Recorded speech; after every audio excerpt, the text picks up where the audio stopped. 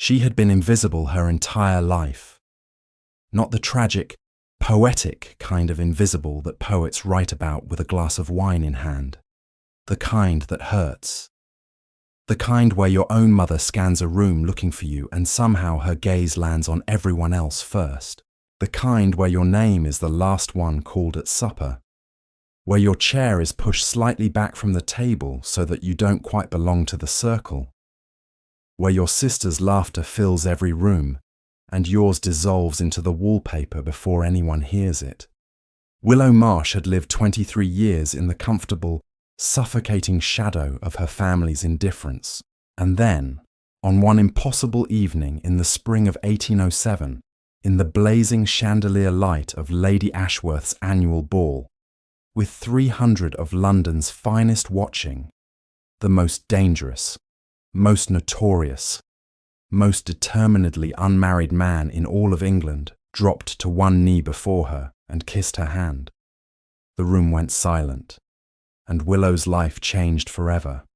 If you've ever felt like the one nobody notices, this story is for you. Subscribe and leave a comment telling me who you'd want to kneel at your feet. Let's get into it. The year was 1807, and London's season had opened with its usual fanfare, new gowns, old scandals, and the relentless machinery of matrimonial ambition grinding forward without mercy or sentiment.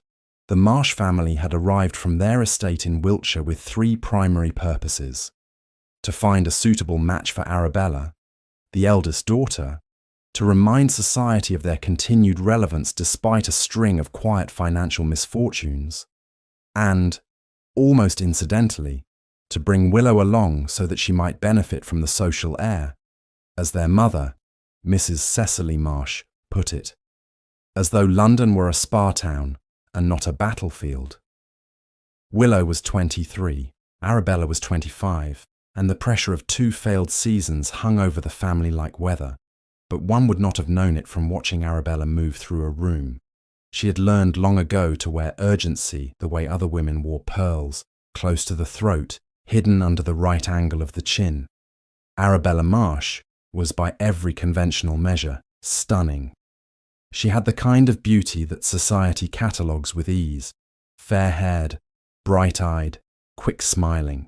She knew how to enter a room on a beat, hesitate at the threshold just long enough for heads to turn, then proceed with the precise confidence of a woman who has practiced in mirrors and never admitted it. She was charming in the way that can be weaponized, and she had, over 25 years, become very skilled at the weapon. Willow was different. She was not plain, though her family had managed to make her feel that she was, through years of comparative remarks delivered with the warmth of people who genuinely believed themselves to be helpful. Arabella has your mother's cheekbones. Of course. You have your father's steadiness, as though she were a table, as though the goal of a woman's face was furniture-like utility. In truth, Willow had a quality that resisted the easy language of the season. She was the kind of beautiful that required attention. Her features were not arranged for first impressions. They were arranged for the second look, and the third, for the person willing to stay in a conversation long enough to notice that her expressions moved like weather across a landscape, that her laugh arrived slowly and then all at once, that her eyes, when she was genuinely moved, said everything her mouth was too careful to speak. No one in her family had ever been that person, and so no one in her family had ever really seen her. She spent the first weeks of the season doing what she always did at social events, observing. She stood near walls, near windows, near doorways, liminal spaces, thresholds, places that belonged to the architecture rather than the party. She listened to conversations she was not included in and filed away the information with the quiet efficiency of someone who has had to understand people from a distance because being close was rarely offered. She read voraciously, which her mother considered a character flaw. She had opinions about poetry, which Arabella found bewildering and slightly threatening in the way that things we don't understand always are. She had a habit of going still in the middle of a crowded room, not from shyness exactly, but from something more like wonder, the sense that if she held her breath, she might catch the world being honest for just a moment. No one courted her. A few gentlemen had tried over the years. There had been Mr. Fenton in the autumn of 1805, kind, a little dull, with a modest property in Kent and excellent posture. They had taken 3 walks together before Arabella, who was bored and between admirers, had directed her full attention at him for the span of one dinner party. Mr. Fenton had written Willow a letter afterwards that was so apologetic it was almost worse than silence. There had been young Lord Caldwell the following year, who was genuinely interested until his mother met the Marsh family's finances, and there had been a handful of dances and one almost conversation in a library that Willow still thought about sometimes when she was being unkind to herself. She had stopped expecting to be chosen. She had not, however, stopped hoping, and that small, persistent hope was the most painful thing about her, and also the most beautiful, though she did not know that yet. The night of Lady Ashworth's ball fell on the 14th of April, and London was doing that particular early spring thing where the air can't decide between winter and warmth and ends up being both at once, cold enough that the ladies kept their wraps until the last possible moment, warm enough that the candles inside made every room feel like an embrace. Lady Ashworth's house was one of those Mayfair institutions that existed as much as a stage as a home. The ceilings were absurdly high. The chandeliers were absurdly numerous. The guest list was assembled with the precision of a military campaign, and invitations were calibrated to convey exactly the right amount of social approval, coveted enough to be meaningful, broad enough that the room would be satisfyingly full. The Marsh family arrived at 9 in the evening, which was Mrs. Marsh had decided the optimal time, late enough to suggest they had other options, early enough that Arabella would have the full field of eligible men to survey before the dancing began. They moved through the receiving line with practiced ease. Mrs. Marsh ahead, working the room. Arabella beside her, a constellation unto herself. Willow behind, slightly, always slightly, in a dress that was perfectly acceptable, a pale gold that suited her colouring, though her mother had called it very sensible when she'd seen it, which was not a compliment. Willow didn't mind the dress. She thought the colour was like late afternoon light, and that had been enough. She found her way, within 20 minutes, to a position near the tall windows at the east side of the ballroom, where she could watch the dancers and hold a glass of lemonade and not be required to perform happiness she wasn't feeling. It was a good wall. She had learned to identify good walls the way a sailor reads weather. The evening unfolded in the usual ways: music, introductions, the stiff architecture of social conversation where everyone says the expected thing and means something else entirely. Arabella collected admirers like she was being paid for it, laughing at the right moments, touching her fan to her chin, looking up through her lashes with a precision that Willow had watched her practice since childhood. And then he arrived. Alaric Pendergast, the Duke of Pendergast, was 30 years old in the spring of 1807, and had been since his father's death in 1801, when he was just 24, the subject of more maternal scheming, more whispered ambition, and more elaborate social strategy than perhaps any man in England. He was a duke, he was young, he was, by all accounts that mattered to London society, eligible, even if he had made something of a sport of being anything but. His reputation was not precisely scandalous, it was more like a long, leisurely refusal. He attended the right events, wore the right clothes, moved through the right rooms.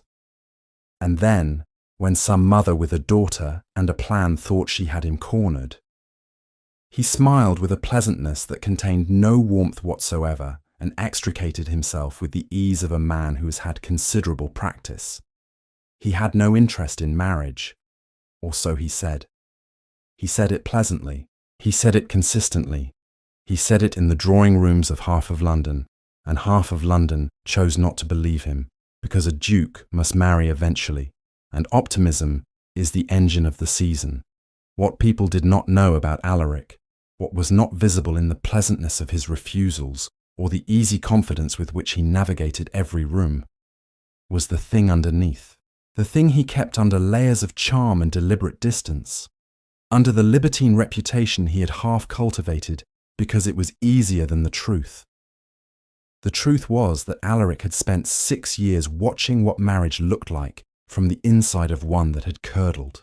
His parents had been a society match, arranged with efficiency, executed with surface-level courtesy, and quietly devastating to observe. His father had been cold in the way that some men are cold, not cruel exactly, but absent in ways that carved more damage than cruelty sometimes did. His mother had endured, had been gracious, had done everything right, and had been lonelier than anyone around her seemed to notice or care about. He had noticed. He had been 12 when he first understood what he was seeing. He had been 24 when he buried his father and looked at his inheritance and felt, underneath the grief that was complicated and strange, a relief he did not know what to do with, followed immediately by the understanding that he had no model for what a different kind of life could look like. He did not want what his parents had had. He also did not know what he wanted instead. So he had spent 6 years enjoying himself in the ways that were available to a wealthy, titled, charming young man, and keeping everyone at exactly the distance required to prevent wanting anything more. It was working fine. Until the 14th of April, 1807. He had come to Lady Ashworth's ball because it was expected, and because Lord Hailey had promised him the card-room would be well stocked, and because he had been to 4 events in the previous week and attending a 5th made him feel like a participating member of civilized society rather than a man in open flight from it. He was standing near the card-room entrance, engaged in a conversation about horses with 2 men whose names he would not remember by morning, when he heard it. Not loudly. That was the thing. It was said at the pitch and cadence of something meant to be private, which meant it was meant to be overheard by exactly the right people, and not by the wrong ones. Arabella Marsh was standing with 2 other young women near the edge of the dance floor, fan moving with the leisured confidence of a woman who knows she's being watched. The 3 of them were looking at someone, and what Arabella said, with a little laugh threaded through it like a knife through silk, was this: "Poor Willow. She does try, doesn't she? 3 seasons and not a single serious offer. I don't know why Mother keeps bringing her. Nobody wants you when there's a better option standing right next to you." The 2 companions laughed, one genuinely, one nervously, and Arabella moved her fan and said nothing else, because she didn't need to. The damage was done in 11 words. Alaric had heard it because he had good hearing, and because the room had done one of those odd musical pauses in that exact moment, the pause between one song ending and another beginning, when human conversation suddenly sounds louder than anyone intended. He turned. He saw the woman they were talking about before he'd fully processed the decision to look. She was standing near the east windows with a glass of lemonade and an expression that Alaric recognized with a force that surprised him. The expression of someone absorbing a blow they were expecting and have learned to absorb quietly, not crumpling, not crying, just going very still in the particular way that people go still when they are fighting to keep something inside. She had heard. Of course, she had heard. He watched her for the space of 2 heartbeats, watched her chin lift, infinitesimally, watched her press her lips together and look down at her lemonade, watched her do the small internal work of deciding that she would survive this moment too, the way she had survived all the others. There was something in that stillness that hit him somewhere behind his ribs, in a place he had been careful to keep unoccupied. He didn't make a decision exactly. It was more like his feet made it for him. He crossed the room. He crossed it in full view of everyone, slowly enough that heads turned, quickly enough that there was purpose in every step. He crossed it, and he stopped in front of Willow Marsh, and she looked up from her lemonade with eyes that held the remnants of pain and the arrival of bewilderment. And Alaric Pendergast, the Duke of Pendergast, man of 6 years, studied indifference to every woman in England, dropped to one knee and lifted her hand and pressed his lips to her knuckles with the deliberate, unhurried reverence of a man who means every syllable of a gesture. The room went silent. He held the kiss for a moment, long enough to be unmistakable, short enough to be gentlemanly, and then rose and kept her hand in his and looked at her with an expression that he only later understood was the first genuinely unguarded thing he'd shown in public in 6 years. Her face was extraordinary, not because it was composed. It wasn't, not entirely. There was still the shadow of Arabella's words on it.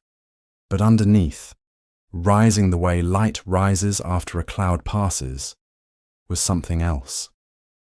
A confusion that was not unpleasant, a fragile wondering, and beneath all of it, a warmth that she had not had time to hide. He said, quietly enough that only she could hear, "I hope you'll do me the honour of the next dance, Miss Marsh." And Willow Marsh, who had been nobody's first choice for 23 years, said yes. They danced. It was a country set, not the intimate configuration of a waltz, which was perhaps fortunate, because neither of them was ready for that yet. They moved through the patterns of the dance with the choreographed proximity of a form that allows conversation without demanding it. And for the first few minutes, neither of them spoke. Willow was processing. Her mind was running the evening backward and forward simultaneously. The words, the silence, the crossing of the room, the knee, the hand, trying to find the explanation that made logical sense and failing to locate one. She was not naive. She understood that gestures in ballrooms carried messages, that a duke crossing a room was a legible text that every person present was already reading and interpreting. She understood that by morning this would be talked about in 30 different drawing rooms. She understood, with the careful practical intelligence she had spent years developing as a kind of survival tool, that there were 100 reasons a man might do what he had done, some of them genuinely kind, some of them not. She had learned to be careful with hope. And then he said, guiding her through a turn, "Your sister is very practiced at that." She looked at him. He was watching the middle distance with an expression of mild interest that she read, after a moment, as very deliberate restraint, the face of a man who has opinions he is choosing to deliver carefully. She said, "She has had a great deal of time to perfect it." Something in his face shifted. Not much, just a degree. "How long has she been doing it?" "Since I was old enough to be compared to. A beat. I try not to keep a running count. It becomes dispiriting." He looked at her then, directly, the way people rarely looked at her. And she felt the attention of it land somewhere physical, like a hand placed on a shoulder. "Does it work?" he asked, trying not to count. She almost said yes, reflexively, because she was a practiced composer of palatable answers, but something about the directness of him, the way he had asked it without ceremony or softness, as though he expected a real response, made her pause. "Not particularly," she admitted. He smiled. Not the pleasant social smile she'd already noticed him deploy 6 or 7 times across the room that evening. Something different, smaller, more located in the eyes than the mouth. "No, I didn't think it would." They separated for a figure and came back together, and she was aware of a very strange sensation. The feeling of being looked at by someone who was not comparing her to anything. Just looking. Just her. She did not know what to do with it. So she said, with a lightness she had assembled from somewhere, "You have caused something of a stir, Your Grace." "Have I?" Not a question. 300 people are currently constructing narratives about your motivations. I expect by morning at least 6 of them will be engaged. Only 6? He sounded genuinely amused. I must be losing my touch. I give it 6 families, she clarified. The individual count will be considerably higher. The amusement deepened. And what narrative are you constructing, Miss Marsh? She held his gaze for a moment longer than was strictly regulated. I haven't decided yet. I'm waiting for more data. A scientist. An observer. Is there a difference? She thought about it. The scientist expects to find something. The observer tries to have no expectations at all. He was quiet for a moment, turning that over. Which is easier? Neither, she said honestly. Having no expectations is very difficult when you want things. What do you want? The question arrived simply, without the performance of flirtation. It was the question of someone genuinely curious, and it disarmed her so completely that she answered before her caution could intercept it. To be known, she said, not seen, known. There's a difference. He didn't respond immediately. She felt the pause as something weighted, something he was sitting with rather than rushing past. Yes, he said finally, there is. The dance ended. He returned her to the edge of the room with a correctness of manner that was somehow also warm. She did not have the vocabulary for it yet, this warmth that lived inside his propriety, and bowed over her hand again and said, plainly, that he hoped to see her at the Harrington musical on Thursday. She said she would be there, and then she stood very still and watched him walk away, and thought, with a clarity that both thrilled and frightened her, oh, this is going to be complicated. She was not wrong. The morning after the ball, 3 things happened in rapid succession.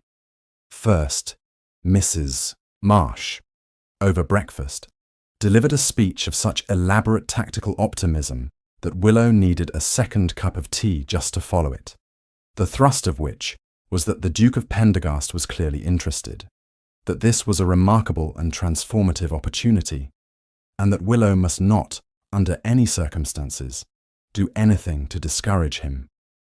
This last part was delivered with an undertone of concern that suggested Mrs. Marsh was not entirely certain of Willow's capacity to handle the assignment. Second, Arabella said nothing at breakfast. She ate her eggs with a precision and stillness that Willow recognized immediately. The stillness of someone who is thinking very fast and very hard under a surface of perfect composure. Third, a card arrived from the Duke of Pendergast, addressed to Miss Willow Marsh, expressing his hope that she had enjoyed the previous evening and his anticipation of the Harrington musical. Mrs. Marsh held the card and then pressed it briefly to her chest. Arabella's fork made a small sound against her plate.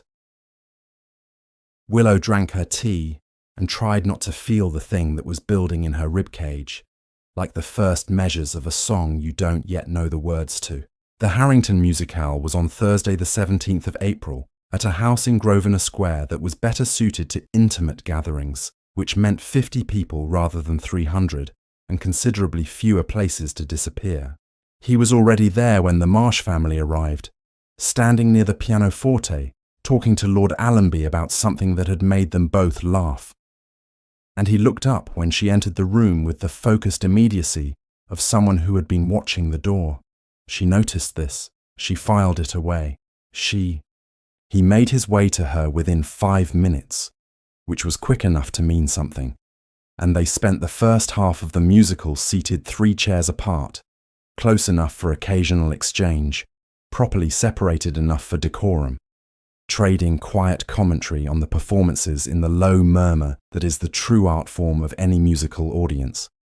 He was, she discovered, funny, not in the performed way of men who want to be thought witty, in the observational, self-aware way that suggested he found the world genuinely ridiculous and was willing to admit it. When the second violinist missed an entrance by a full measure, he did not laugh. He simply leaned incrementally in her direction and said, at a volume just below audible, he was perfectly on time. Everyone else was simply confused. She pressed her lips together very hard. He kept his expression immaculate. During the interval, when people rose to collect refreshments and find new conversation partners, he appeared at her side and they walked to the window and stood in the particular configuration that signals private conversation without requiring any announcement of it. "You grew up in Wiltshire?" he asked. She said yes. Briarwood, their estate, near Marlborough. She had the habit, when asked about home, of keeping her answers contained. She had learned that most people asked the question as social maintenance and were not interested in the actual answer. But he followed up, specifically, asking about the landscape, about what she'd done with her time there, about whether she rode. She told him about the downs, the great open sweeps of chalk grassland, where the sky was 3 times the size of itself. With an involuntary animation she recognized, with some embarrassment, as the voice she used when she forgot to perform indifference. She told him about her horse, a grey mare named Solstice, who had been retired to pasture 2 years ago and was, as far as Willow was concerned, the finest creature in Wiltshire. She told him about the book she'd been reading during the journey to London, a novel she'd ordered from a bookseller on the basis of a review she'd found in a 3-month-old magazine, which had turned out to be entirely worth the speculation. He listened, not politely, actually. She could tell the difference now. Polite listening has a quality of managed patience. Actual listening is quieter. It changes the texture of the silence between sentences. He had been born in London, he told her in exchange, but his family's principal seat was in Yorkshire, and he missed it in ways that he found difficult to explain to people who had never spent time in a landscape that felt, he paused, choosing the word, serious. She knew immediately what he meant by that. The downs had the same quality, a grandeur that was not decorative, that did not care whether you found it beautiful or not. They were interrupted, gently, inevitably, when Mrs. Marsh materialized with the timing of a woman who had been watching from 12 feet away for the last 20 minutes and had waited as long as her nerves permitted. She inserted herself into the conversation with a warmth so concentrated it was almost its own weather system. And Willow watched Alaric deploy the pleasant but absent social courtesy with practiced ease, and felt a small, complicated thing. Not jealousy exactly, but a kind of longing for the uninterrupted version. For the conversation before the interruption, he caught her eye once, briefly, in the middle of her mother's monologue about the Wiltshire countryside. A glance of shared recognition that lasted half a second and said, without words, I know. I'm still here. They saw each other 4 more times in the following 2 weeks, at a dinner at Lord and Lady Fenwick's, where they were seated across the table from each other and conducted an entire secondary conversation through a careful exchange of expressions while the primary conversation swirled around them. At an afternoon exhibition of watercolours at the house of a Lady Cromwell, where Alaric appeared without having mentioned he would be there, and found her in front of a small painting of a coast in winter that she had been standing before for 10 minutes, and stood beside her. And they discussed it in the low, earnest way that 2 people discuss a piece of art when they have stopped performing appreciation and started having it. At a picnic in Hyde Park, organised by Lady Cecily Vance, which was too public and too structured for the kind of conversation they had begun to have with each other, but where he found a way to walk beside her for half of it, and they talked about nothing in particular with the ease of people who have discovered that talking about nothing in particular is, sometimes, the most intimate thing. And at an evening card party at the Clarendon townhouse, where they did not speak much at all. He was occupied at whist, she at the periphery of a different table. But where she looked up at one point and found him looking at her across the room with an expression she could not fully decode, and something in her chest made a decision she hadn't been asked about. She was falling in love with him. She knew it the way you know the weather is changing before it changes. A shift in pressure, a quality in the air. She knew it as a fact before she was ready to let it be a fact, and she filed it away with the careful organisation of someone who has been hurt enough times that they manage their own feelings the way you manage a fire. Keep it controlled, keep it contained, don't let it get ahead of you. She did not tell him. She did not tell anyone. She was not yet certain he wanted her to. Arabella had been watching. She had been watching since the ball, with an attention that she had learned, over years, to render invisible. She was very good at appearing not to care about the things she cared about most. It was a skill she had developed as self-protection and wielded as strategy. And she deployed it now with the quiet efficiency of someone running a campaign they cannot afford to lose. She wanted the Duke of Pendergast. She had wanted him since the autumn of 1805, when she had first seen him at Lady Melbourne's and understood, with the instantaneous calculation of a woman who had been trained from birth to read rooms and rank prospects, that he was the highest value target in the field. She had spent the better part of 2 years attempting to get within range of him, and he had been, not unkind, she would grant him that, but thoroughly, cheerfully, impenetrably uninterested, and now he was interested in Willow. This was not, to Arabella's mind, a possible reality. It was a temporary aberration, a gallant impulse that had gotten out of hand. Willow was her little sister, unremarkable, bookish, the kind of quiet that people mistook for depth.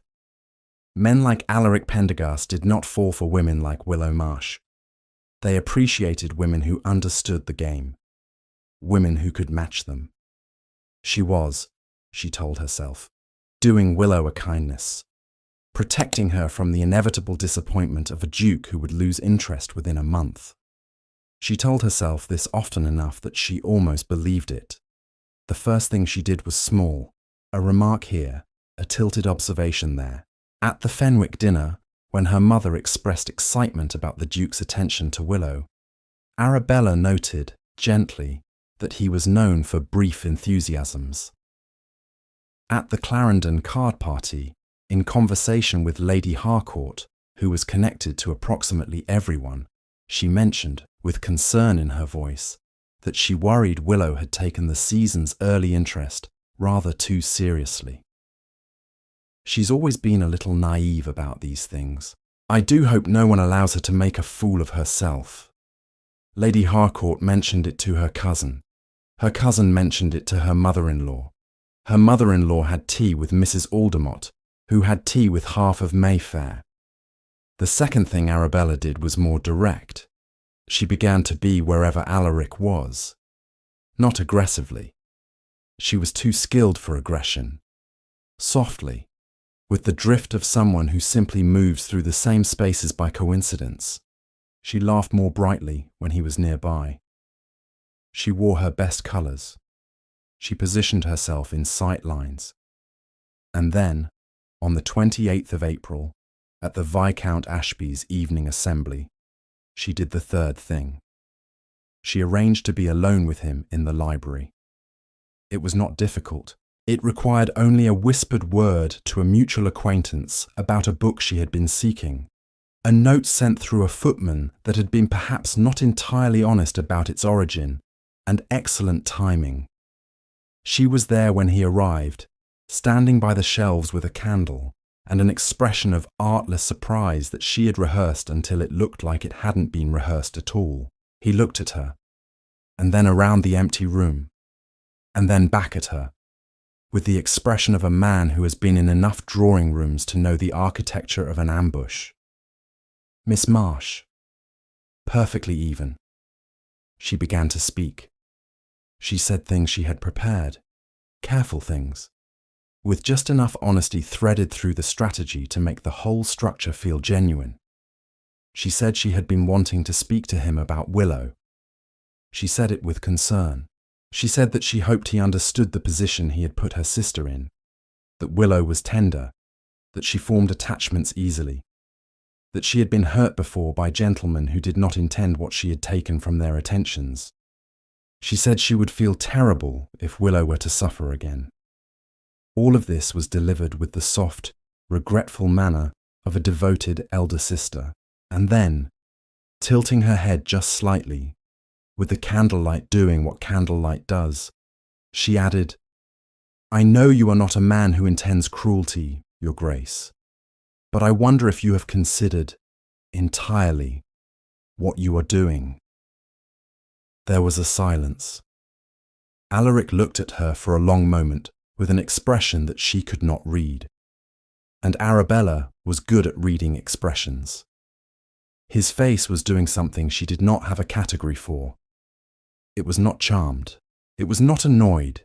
It was attentive, in a way that felt more like being assessed than admired.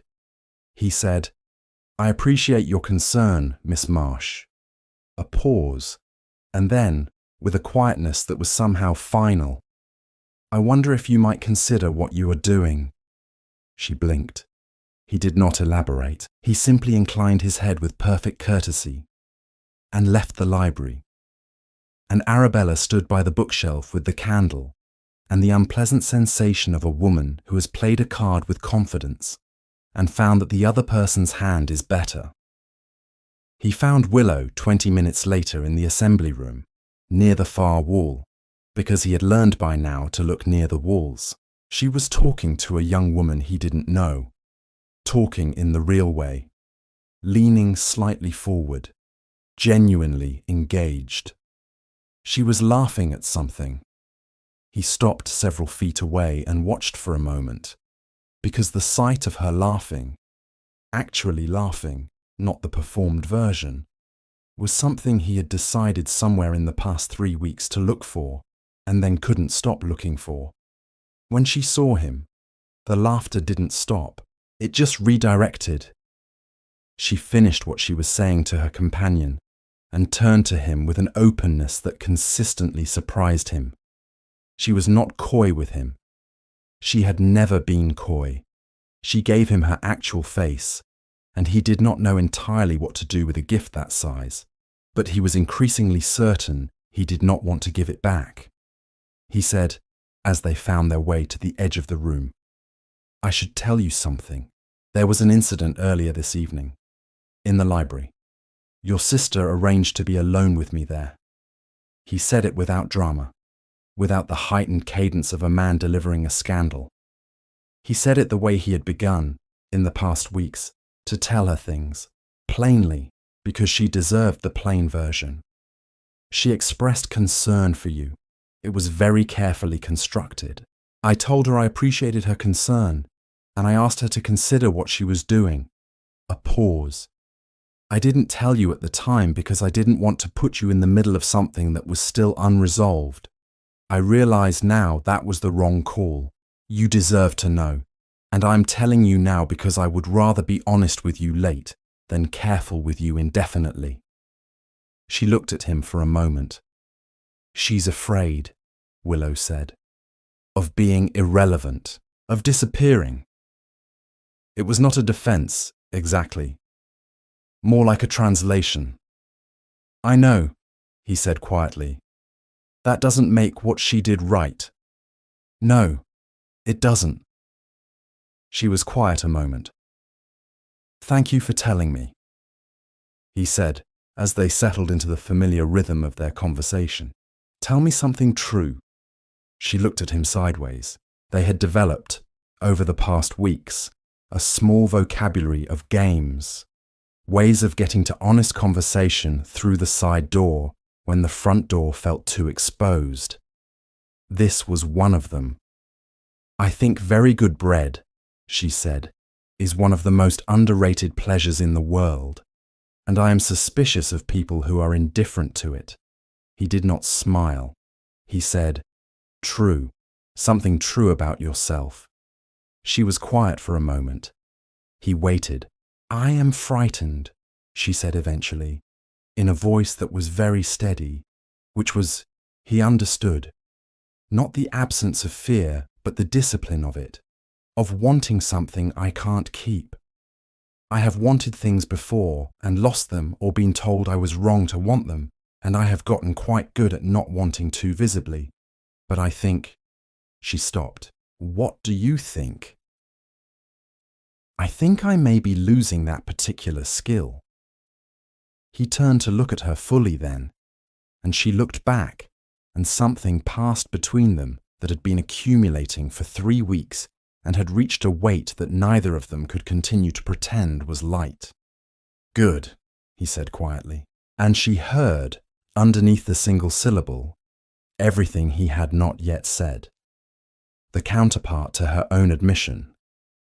The equivalent confession from someone who had spent 6 years being very good at not wanting and was beginning to be undone by her. May arrived, and with it the thicker social calendar of the mid-season, and the problem of Arabella escalated from background concern to active complication. Willow had noticed. She was an observer. She had always been an observer. And she noticed the pattern of her sister's positioning, the way certain whispers seemed to originate from a single source, the way women who had been perfectly cordial to her would sometimes hold back a degree, and she could feel, without being able to prove it, the hand behind the distance. She did not say anything. She was still, at her core, a woman who had been trained by years of family dynamics to absorb and endure and not create difficulty. She processed what she noticed privately and kept her counsel and watched. And then came Lady Pemberton's garden party on the 15th of May. The garden was extraordinary, the kind of space that London produces with specific intent, designed to feel like countryside dropped inside the city. There were roses that had been coaxed into early bloom by some horticultural ambition or greenhouse intervention, and long walks between hedged corridors that offered the illusion of privacy while being, in fact, visible from the terrace. Willow had gone down one of these walks alone, not from design, just from the habit of needing, occasionally, a few minutes without the weight of social performance, when she heard voices. Arabella and Lady Harcourt. They were on the other side of the hedge, not visible, their voices carrying with the particular clarity that stone and greenery sometimes produce. What she heard. Arabella, in the tone of gentle regret she had been deploying for weeks, telling Lady Harcourt that she had it on good authority that the Duke of Pendergast had been paying Willow attention primarily out of charity, that he had been embarrassed by the remark at the ball and felt a gentlemanly obligation to counteract it, and that anyone who expected his interest to progress beyond basic politeness was, unfortunately, reading more into the situation than was there. Willow stood on the other side of the hedge and breathed. She breathed through the first wave of it, which was hot and terrible and very old. The familiar pain of being seen as a charity case, as the recipient of pity, as someone whose value was so low that even kindness directed at her had to be reframed as obligation rather than genuine feeling. She breathed through the second wave, which was about Alaric, about the possibility that Arabella was right, that she had allowed herself to construct meaning from gestures that were only courtesy, that she had been, as Mr. Fenton's letter had suggested 2 years ago, too earnest, too sincere, had projected substance onto something thin. And then she breathed through the third wave, which was different from the other two, quieter and colder and more resolved. It was the wave that asked, with the precision of a woman who has spent years developing her observational intelligence, "Is this true?" And the answer that came back was, "I don't know, but I am going to find out," instead of simply believing the person who benefits most from my believing it. This was new. This was something Willow Marsh at 20 or 21 or even 22 would not have had ready access to. She had grown quietly and without fanfare, while everyone around her was looking at Arabella. She walked back to the party. Alaric found her by the roses and saw in her face that something had happened. He did not ask immediately. He stood beside her and let her set the pace, which was a thing she had come to rely on. His patience, the way he did not require her to perform fine when she wasn't. "I overheard my sister," she said, after a moment, a pause. "The library, I take it, was not the first attempt." She turned to look at him. "You knew." "I knew the library was not accidental." He said it without heat. "I did not know the full shape of it, but I recognized the intention." "And you didn't tell me." "I didn't want to create—" He stopped, and she watched him choose his words with unusual care. "I didn't want to make a battlefield of your family. It wasn't my place." She considered this. It was an answer she could find fault with, and a part of her wanted to, because she was angry and he was close, and the two things were in proximity. But the honest part of her, the observational part, knew that the answer contained something genuine, something careful, something that was trying to protect her even in its imperfection. "She says you are doing this out of obligation," Willow said plainly, "that the ball was a charitable impulse and what's followed is courtesy." He looked at her for a long moment. She met it. "Is that what it feels like?" he asked. She thought about everything. The music hall, the watercolor exhibition, the conversations that had gone places conversations in drawing rooms were not supposed to go. His face when she laughed. His face when she had said, "I think I may be losing that particular skill."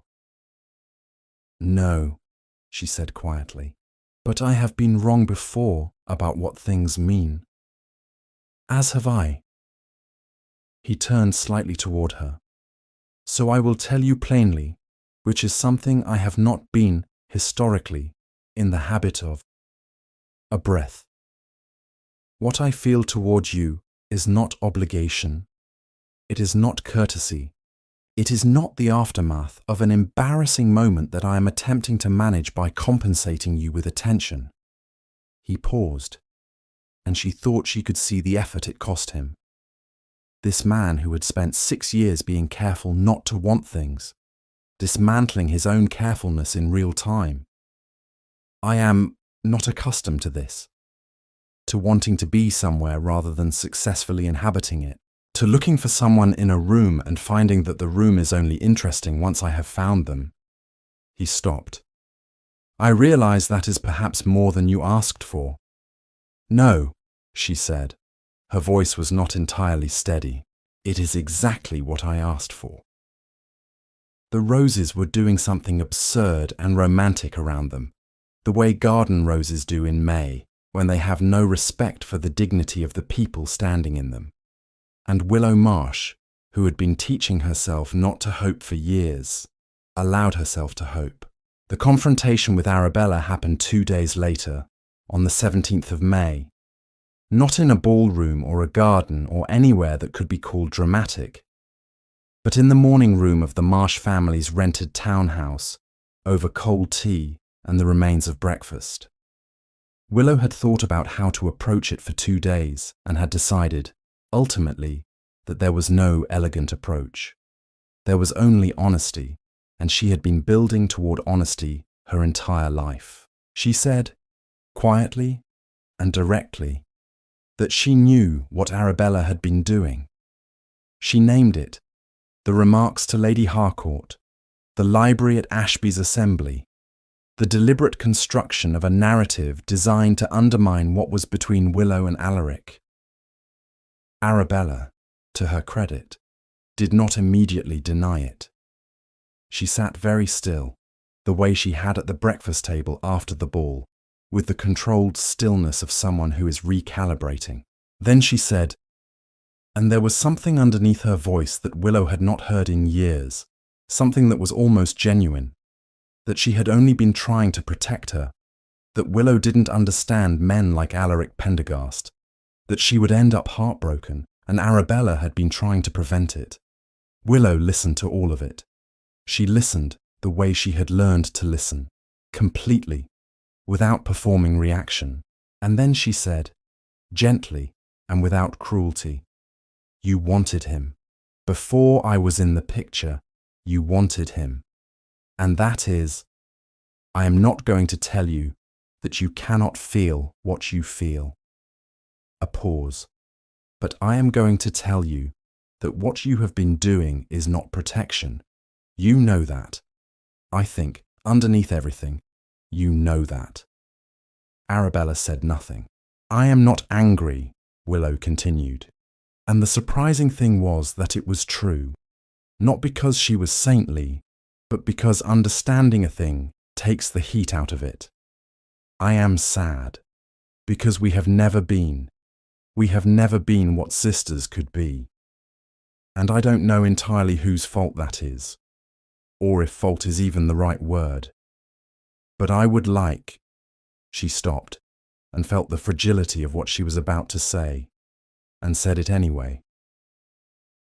I would like for that to change. If you would. Arabella looked at her for a long time. Whatever she found in Willow's face, the directness, the lack of performance, the genuine open hand being offered, did something to her that she was not prepared for. Her composure cracked, not catastrophically, but at the edges, the way ice cracks before it shifts. She said, low and almost inaudible, I have always been so afraid of ending up overlooked, irrelevant. I watched you watching everything, and I thought if I didn't push harder, if I didn't take up more space, you would disappear, Willow said softly.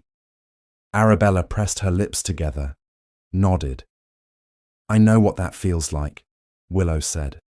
I have known it for 23 years, and I chose someone who saw me anyway. I would rather you had someone who sees you, actually you, not the performance, than spend the rest of your life running the performance for an audience that would have loved you without it. It was not a fixed thing, that conversation. It was the beginning of something that would take months and honesty and probably several more difficult mornings to grow into. But it was a start, and Willow had learned to value starts.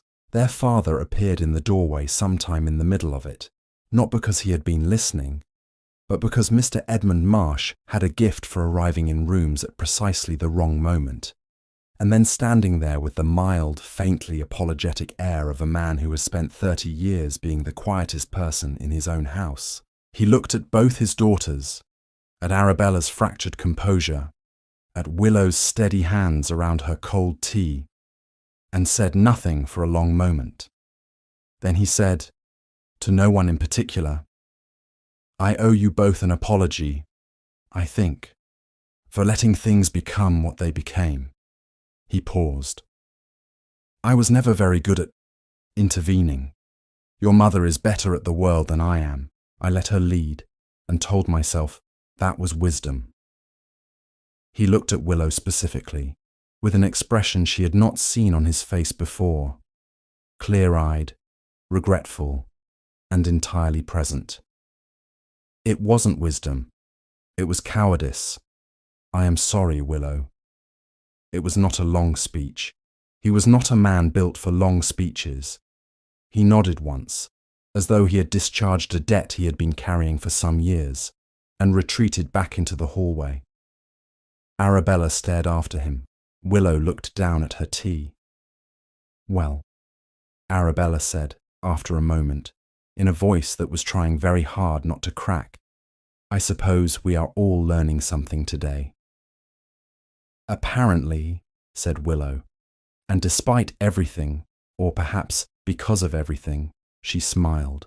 On the 22nd of May, Alaric Pendergast called on Miss Willow Marsh at the townhouse in Brook Street with the stated intention of asking her to ride in the park, and the actual intention of something larger that he had been, for the better part of a week, preparing for, and then deciding he was not ready for, and then deciding he was. The ride happened, Rotten Row in the morning, quiet enough at that hour that they had the relative privacy of people who are technically in public but not currently under full surveillance. He had arranged for a groom at enough distance for propriety and not enough for eavesdropping. He told her about his parents. He did not do it dramatically. He did it the way he was beginning to learn to do things with her, plainly, without performing either pain or indifference.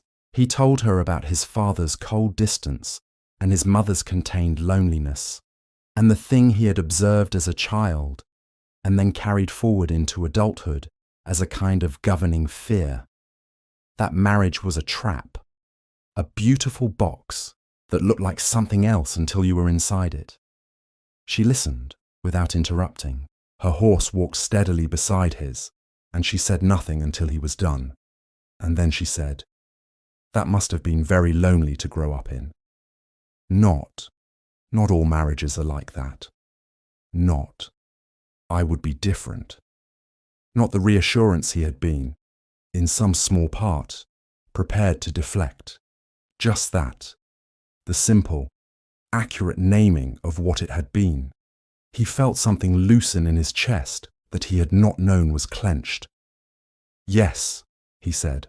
"And it made you decide," she continued, "that wanting something like that, a real life with someone, was too dangerous, that the cost of being wrong was too high." Yes. And now? He was quiet for a moment, looking ahead between his horse's ears at the long path through the park, the green and the light, the city going about itself at a distance. "Now," he said, "I am more afraid of the alternative." She looked at him. "I am more afraid," he said, more quietly, "of a life in which I never tried, in which I stayed comfortable and alone and watched other people from the correct distance and never—" He stopped, and in the stopping she heard everything the sentence would have said. Never knew her, never stopped managing the distance, never let the fire have any real air. "I have a question," she said. "Ask it. Are you about to say what I think you're about to say?" Something shifted in his face. The full, unguarded thing. The one she'd first seen in the ballroom when he'd risen from his knee and looked at her. "That depends entirely on what you think I'm about to say." She held his gaze. "That you love me." A pause that contained a great deal. "Yes," he said simply. "That is what I was about to say." Her horse tossed its head slightly, as though aware of the moment and registering approval. And Willow laughed, the real laugh, the slow arrival, and then all at once one, the one he had been collecting, and said, "Good, because I love you too." And I was starting to wonder if I was going to have to say it first. He proposed on the 29th of May, 1807, in the garden of Lord and Lady Fenwick's townhouse, during a dinner party that they had both been attending, and had both, separately and then in silent coordination, stepped away from. There was no elaborate preparation, no grand setting. He had considered grand settings and rejected them because he understood, by now, that Willow's primary language was not spectacle. Her language was honesty and simplicity, and the real thing over the performed thing, every time.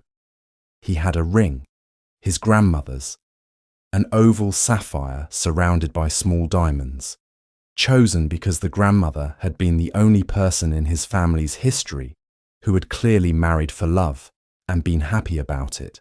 He had had it resized and brought it in his jacket pocket to 3 different events before finding the right moment, And the right moment turned out to be a garden in May, with the sound of a dinner party drifting through the French doors and the smell of night-flowering jasmine that had been convinced by a warm spell to open early. He said what he felt. He did not dress it in the formality of a speech because he had realized, somewhere in the past months, that formal speeches are for people who are performing a feeling, and he was not performing. He said he had spent a long time keeping the world at exactly the right distance to prevent himself from wanting anything too much, and that she had dismantled that distance so thoroughly and so gently that he hadn't noticed it happening until he was standing fully in his own life for the first time in 6 years. And he wanted, with a clarity he had not thought himself capable of, to spend the rest of it with her. He said he knew it would not be simple, that he had a family history to make peace with and a reputation to correct and a way of being in the world that he was still, actively, learning to expand. He said he would not promise perfection. He said he would promise to keep talking to her, to keep asking what she wanted, to keep being the person who looked for her in rooms and found that the room was better once he had. He said, "I love you, marry me." Willow Marsh, who had spent 23 years invisible, looked at him for a long moment in the jasmine-scented dark and felt the whole accumulated weight of her life. The walls, the windows, the second cups of tea, the walking slightly behind, lift. She said yes. She said it plainly and completely, and without qualifying it, without the cautious hedging of a woman who has been careful with hope for too long. She said it like someone who has decided that the fire can have air. He put the ring on her finger. It fit as though it had been waiting. He kissed her then, finally, properly, with the unhurried intention of a man who has stopped running from things. And she kissed him back with the openness that was, and always had been, the most remarkable thing about her. The announcement appeared in the Morning Post on the 4th of June, 1807. London received it with the full theatrical astonishment of a city that had been expecting it for 3 weeks. Lady Harcourt called it inevitable. Lord Hailey, who had been watching the whole business from the card-room with considerable admiration, told anyone who would listen that he had seen it coming since April. Mrs. Marsh wept with a relief and happiness so combined that she could not separate them and did not try. Arabella attended the small celebratory dinner the family held the following week and sat across from Willow and said, without fanfare, that she was glad. It was not effusive. It was not replete with sisterly warmth. But it was true, and between the two of them, true had always been more valuable than warm. She returned to London the following season, the season of 1808, with something that had not been there before. A quietness underneath the performance, not less beautiful, not less composed, but somehow less armoured, as though she had decided, after a long consideration, to try a different strategy altogether. It was at a small dinner in February of that year that she was seated beside a Mr. Daniel Ashford, second son of an earl, no title to speak of, a man who had made his own modest fortune in a way that polite society found slightly unconventional, and Arabella found, to her own surprise, rather interesting. He talked to her about things she did not expect to be talked to about. He was not dazzled by her. He was curious about her, which was different, and which she did not quite know what to do with, and which she thought about for several days afterwards. It was a beginning. Whether it became more than that is another story, and one she was only just learning how to tell. Alaric, watching the two sisters across the dinner table, leaned close to Willow and said quietly, "This is the beginning, I think." She looked at him. Of what? He thought about it. Everything. All of it. The part where we stop running our respective systems of avoidance and just live.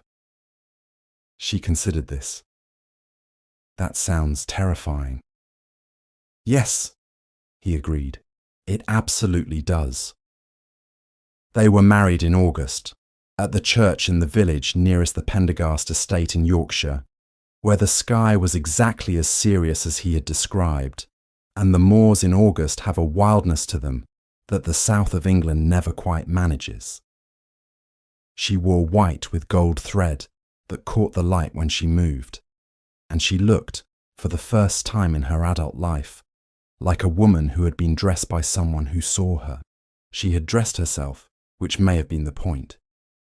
He stood at the altar and watched her walk toward him and felt something so large and so simple that he had no language for it, just the fact of her coming toward him in the serious northern light, choosing him, being chosen, the two of them stepping together into the terrifying and wonderful business of living.